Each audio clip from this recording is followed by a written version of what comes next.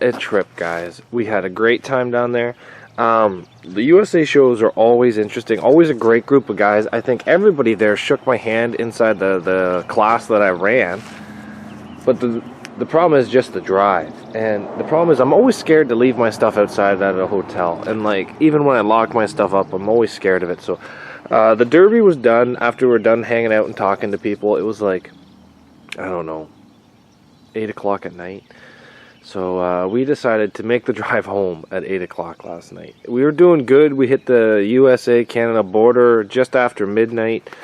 And then we sat at the border for 2 hours waiting to get to the tech. Not tech, I guess registration, inspections. And got through there. By the time we got home, it was 3:36 last night. And now here we are at 8:30 a.m. and we're outside doing an aftermath on this car. So let's talk about this truck actually. You know what? For something that has 500,000 miles plus on it, this thing did amazing. Those hills in Pennsylvania are not nice to vehicles. Some of those hills in Pennsylvania, I don't know if you guys have driven through Pennsylvania, there must be a transmission shop in every town because she was working hard. And the 70-mile speed limits and the going up the hill, I couldn't do 70. I was doing about 55 when I got to the top of some of those hills. So the Dodge did fantastic. I would like to give a round of applause to the Dodge. Now, this Camry, we all knew what was going to happen to it. We all knew that the front was not going to move because of their plate rules there. Their plate rules are quite substantial. We did have to cut this, but they said if it had gone through the hood, it was allowed. But honestly, I didn't care. I just came out with the Sawzall and cut it. Tech was very fair, guys. At the Bent Meadow Sports, they measured all my plates. They all passed the measuring test. I had to cut that, and the 9-wire, they said they wanted it run a little bit different, so I quickly changed some things, and that passed Tech. And then I had to cut something else too. Oh, I had to cover my sunroof, so I didn't bring anything with me. So I grabbed the floor mat out of my Dodge, threw it on the roof, and then we just kind of riveted it to the roof. There was a couple guys there with rivet guns, and they helped me out. But we all knew it was going to happen. The front end was going to be straight, and the back end was not. So we snapped every single trailing arm on this side. And we still have the spring, though, which is kind of cool. So that's a plus. It could be worse, right? And I'm not sure how I'm going to fix that one yet, but we'll figure that out. I am thinking I am going to fix this car, unfortunately. I know. A golf cart was cool, but honestly, I don't think it was really needed for this one. But as a test of pulling it down there, this was pretty good. But I think next time when I have a car that has a trunk, I'll have to load it lengthwise. So it was just an overall good test.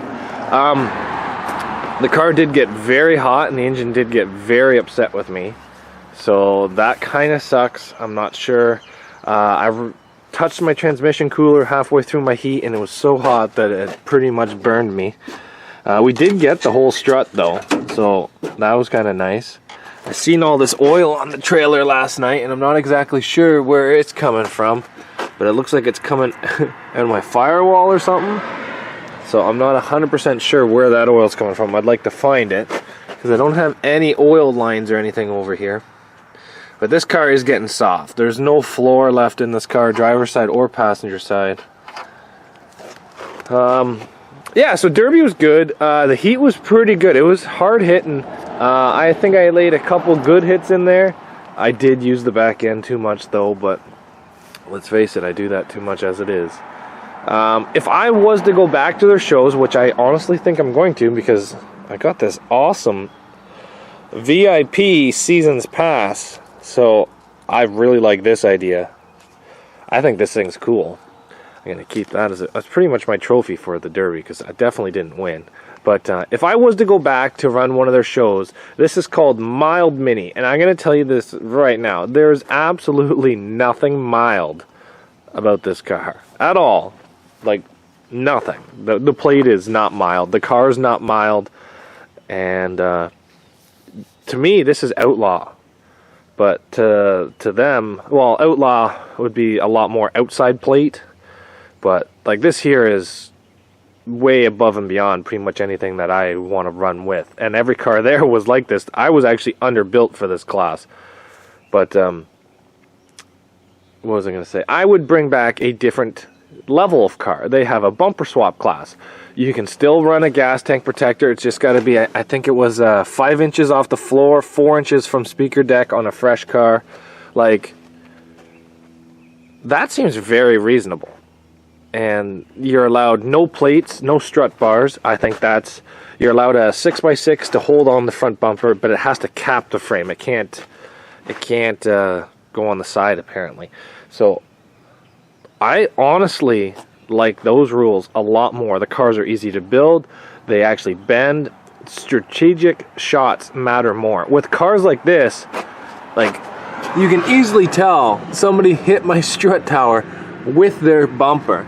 And it's probably bent to shit, but it's not so strategic because I can have steel behind the struts. If I had that strut bent when he came in here and hit that, then that wouldn't have even done that much damage because it would have just pounded it against the strut block. But in the stock class, a tire shot like that would have been enough to completely kill this car. But yeah, I think if I do go back, I will run a much, much lighter car than this. This one here is just too much. But with the back end the way it is, when we left, we're almost touching the winch. And now we got like 1.5 foot on the top of the winch. Just so much more space. But, yeah, guys. I had a great time down at Bent Motorsports. Like I said, tech was fair. The atmosphere was really good.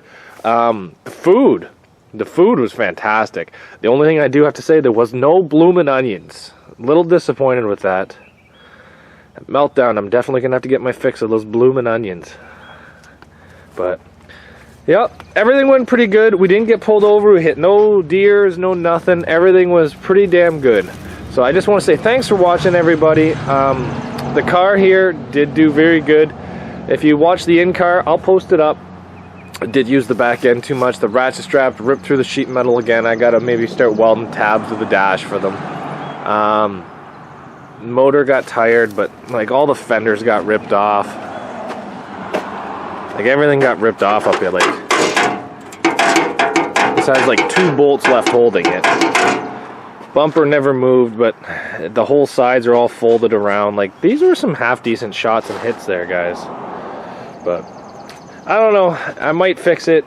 It might have to be torn down. This motor, like I said, this car's been around since 2019, but there is one more place here in Ontario I can run it this year, so maybe it'll run there.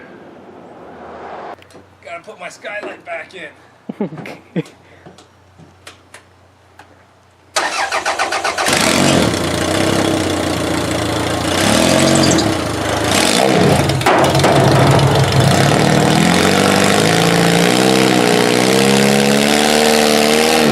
You're spinning both.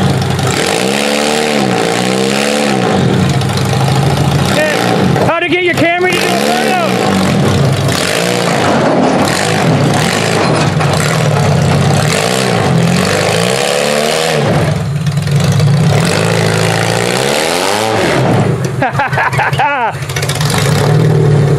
And who says Toyotas never die? Oh. There's not much left of the floor inside this car. It's like ripped away on both sides. We're gonna get the loader and throw her into place, but there's nothing left of this floor at all.